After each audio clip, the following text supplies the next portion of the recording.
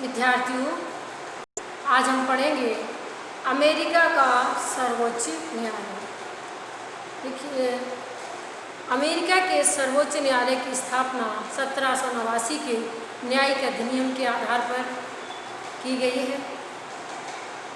प्रारंभ में न्यूयॉर्क नगर के वाल स्ट्रीट में इसकी स्थापना की गई थी।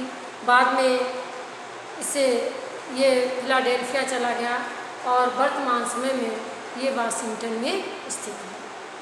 अब हम कहेंगे कि इसकी रचना किस प्रकार की है। देखिए, मूल संविधान में हम कह सकते हैं कि मूल संविधान में जब सर्वोच्च न्यायालय की स्थापना हुई तो एक न्यायाधीश और 5 अन्य न्यायाधीश थे। समय समय पर कांग्रेस के द्वारा इसकी संख्या में परिवर्तन किया गया और 1669 में जो है इसकी संख्या का 9 न्यायाधीश निश्चित किए गए और तब से लेकर वर्तमान तक 1869 में सर्वोच्च न्यायालय के न्यायाधीशों की संख्या 9 निर्धारित की गई और तब से लेकर वर्तमान समय तक इसके सदस्यों की संख्या 9 है। एक मुख्य न्यायाधीश और 8 अन्य न्यायाधीश। पदावधि इनकी मुख्य न्यायाधीश है सर्वोच्च न्यायालय के न्यायाधीशों की पदावधि या कार्यकाल आजीवन है। सदाचार पर्यंत तक वो कार्य करते हैं और अपनी इच्छा से त्यागपत्र देकर अवकाश भी ग्रहण कर सकते हैं। इस संबंध में संविधान में व्यवस्था की गई है कि यदि कोई न्यायाधीश 10 वर्ष तक सर्वोच्च न्यायालय की सेवा करता है और 70 वर्ष की उसकी उम्र हो जाती है या 15 वर्ष तक सर्वोच्च न्यायालय की सेवा करता है और 65 वर्ष की उम्र हो जाती है तो ऐसी स्थिति में उसके द्वारा अवकाश ग्रहण करने पर भी उसे उसके पद का पूरा वेतन दिया जाता है। और इसके अलावा यदि 70 वर्ष की उम्र के बाद भी यदि कोई व्यक्ति त्यागपत्र नहीं दे तो स्वेच्छा से अपने पद पर रह सकता है। वेतन सर्वोच्च न्यायालय के न्यायाधीशों के वेतन निर्धारित करने का अधिकार अमेरिका की कांग्रेस को है। उसके पदावधि में या उसके कार्यकाल में उसके वेतन में भत्तों में वृद्धि तो की जा सकती है लेकिन उसमें कोई कमी नहीं की जा सकती है। मुख्य न्यायाधीश को $1,71,500 मिलते हैं और अन्य न्यायाधीशों को $1,64,100 का वेतन दिया जाता है। अगला है सर्वोच्च न्यायालय की कार्य विधि। सर्वोच्च न्यायालय का जो है प्रतिवर्ष सर्वोच्च न्यायालय का अधिवेशन प्रतिवर्ष जो है वो अक्टूबर के प्रथम सोमवार से प्रारंभ होता है और अगले वर्ष जो है वो जून तक इसका अधिवेशन जून के प्रथम सप्ताह तक इसका अधिवेशन चलता है।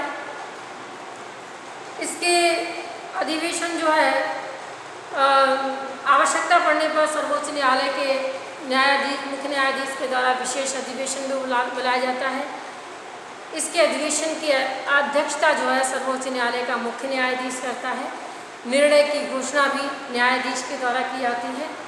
लेकिन इसके अलावा न्यायाधीश सर्वोच्च न्यायालय के मुख्य न्यायाधीश को कोई अन्य न्यायाधीशों से अतिरिक्त अधिकार प्राप्त नहीं है। और यानी मुख्य न्यायाधीश और अन्य न्यायाधीश जो हैं उनमें शक्तियों की दृष्टि से कोई अंतर नहीं है। अभियोगों की सुनवाई वहाँ पर मंगल, बुध, गुरु और शुक्रवार को होती है। शनिवार के दिन सर्वोच्च न्यायालय के न्यायाधीश आपस में विचार विमर्श करते हैं और सोमवार को अपना निर्णय सुनाते हैं। अभियोगों की सुनवाई और निर्णय के लिए 6 न्यायाधीशों की गणपूर्ति आवश्यक मानी गई है। गणपूर्ति का मतलब है कि सर्वोच्च न्यायालय की बैठक की कार्यवाही को वैध ठहराए जाने के लिए कम से कम कितने सदस्य उपस्थित हो कम से कम कितने न्यायाधीश उपस्थित होना आवश्यक है। तो 6 न्यायाधीशों की गणपूर्ति निर्णय के लिए और अभियोगों की सुनवाई के लिए आवश्यक मानी गई है। इसके अलावा निर्णय जो होते हैं वो बहुमत से होते हैं और बहुमत के अतिरिक्त जो अल्पमत वाले जो न्यायाधीश होते हैं उनके भी निर्णय जो है संयुक्त राज्य की रिपोर्ट में छापे जाते हैं। यानी बहुमत का निर्णय देने वाले या बहुमत का समर्थन करने वाले कौन कौन से न्यायाधीश हैं और उसके विरुद्ध जो है मत देने वाले कितने न्यायाधीश हैं, किन ने उस मामले के विपक्ष में मत या निर्णय में विपक्ष में मत दिया है या उससे बहुमत से असहमति जताई है, तो दोनों के निर्णय जो हैं या दोनों के विचार जो हैं वो संयुक्त राज्य की रिपोर्ट में छापे जाते हैं। अब आता है क्षेत्राधिकार। देखिए, क्षेत्राधिकार दो प्रकार का सर्वोच्च न्यायालय को क्षेत्राधिकार क्षेत्राधिकार मिला हुआ है। सबसे पहला है प्रारंभिक क्षेत्राधिकार। प्रारंभिक क्षेत्राधिकार का मतलब ये है कि उस प्रकार के न्यायालय सर्वोच्च न्यायालय में ही सुने जाने योग्य हैं। वे मामले जो हैं किसी अन्य न्यायालय के द्वारा सुने नहीं जाएंगे या उन मामलों की सुनवाई किसी अन्य न्यायालय में नहीं होगी। तो प्रारंभिक क्षेत्राधिकार में दो प्रकार के मामले हैं वहाँ पर जो कि सर्वोच्च न्यायालय के द्वारा सुने जाएंगे। उसमें सबसे पहले है कि वे मामले जिनमें राजदूत, वाणिज्य दूत, कोई सार्वजनिक मंत्री या कोई विदेशी प्रतिनिधि जो है वो उससे संबंधित मामला है, तो वो मामला सबसे पहले सर्वोच्च न्यायालय में ही सुना जाएगा। इसके बाद दूसरे प्रकार के वे मामले जिनमें संयुक्त राज्य अमेरिकी संघ, जिसमें एक तरफ संयुक्त राज्य अमेरिका का संघ या संयुक्त राज्य अमेरिका के संघ का कोई एक राज्य या एक से अधिक राज्य जो है कोई उस मामले में कोई एक पक्ष है, तो वो मामला सबसे पहले सर्वोच्च न्यायालय में ही सुना जाएगा। देखिए, हम ये कह सकते हैं कि इसके बाद आता है अपीली क्षेत्राधिकार।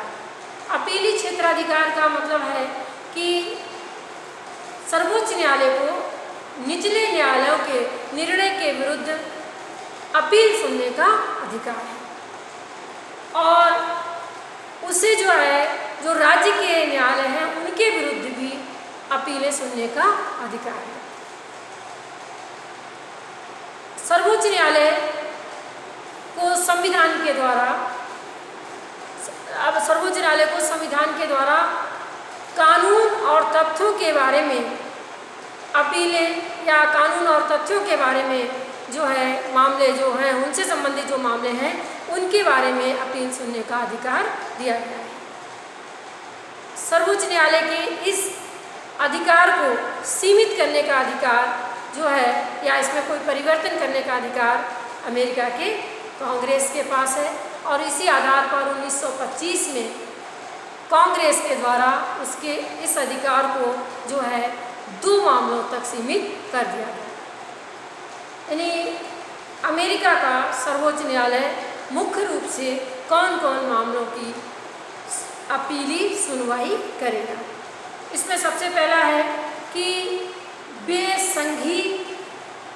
बेसंघी कानून तथा संधियां जिन्हें राज्य के न्यायालय में संविधान के द्वारा अवैध ठहराया गया। वे संघी यानी संघ के द्वारा निर्मित वे कानून और संघ के द्वारा कि अमेरिकी संघ के द्वारा की गई संधियां जिन्हें राज्यों में न्यायालय के द्वारा संविधान के विरुद्ध ठहराया गया हो या विरुद्ध घोषित किया गया। दूसरे प्रकार के मामले जिनमें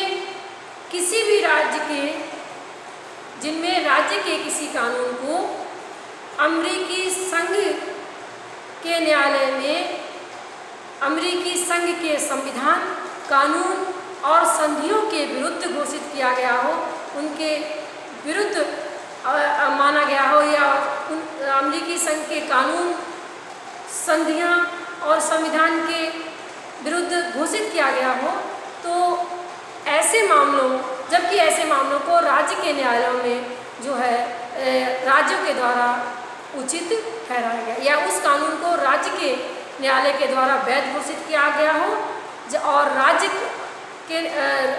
के उस कानून को अमेरिका के संघीय न्यायालय के द्वारा जो है अमेरिकी संघ और उसके संधियों और कानून के विरुद्ध ठहराया।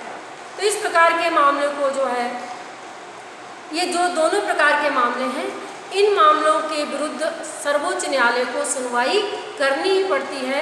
वो ऐसे मामलों की सुनवाई से मना नहीं कर सकता है। लेकिन इसके अलावा जो अन्य अपीली मामले हैं, वो सर्वोच्च न्यायालय की इच्छा के ऊपर निर्भर करता है कि वो उन मामलों में अपने इस अपीली अधिकार का प्रयोग करे अथवा ना करे। इस श्रेणी में जो संघीय अपील न्यायालय के निर्णय हैं वो आते हैं, और जिनमें कि किसी संघीय कानून या किसी संघीय संधि को जो है असंवैधानिक घोषित किया गया है, या राज्य के किसी कानून को या संवैधानिक उपबंध को इस आधार पर अवैध घोषित किया गया कि वो अमेरिकी संघ के कानून, उसके द्वारा की गई संधियां और उसके संविधान के विरुद्ध।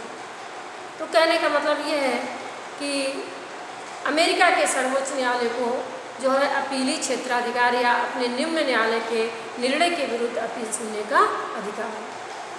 तीसरा हम कह सकते हैं कि अमेरिका के सर्वोच्च न्यायालय को परामर्श संबंधी अधिकार नहीं मिला है, जैसा कि भारत के सर्वोच्च न्यायालय को इस प्रकार का अधिकार मिला है।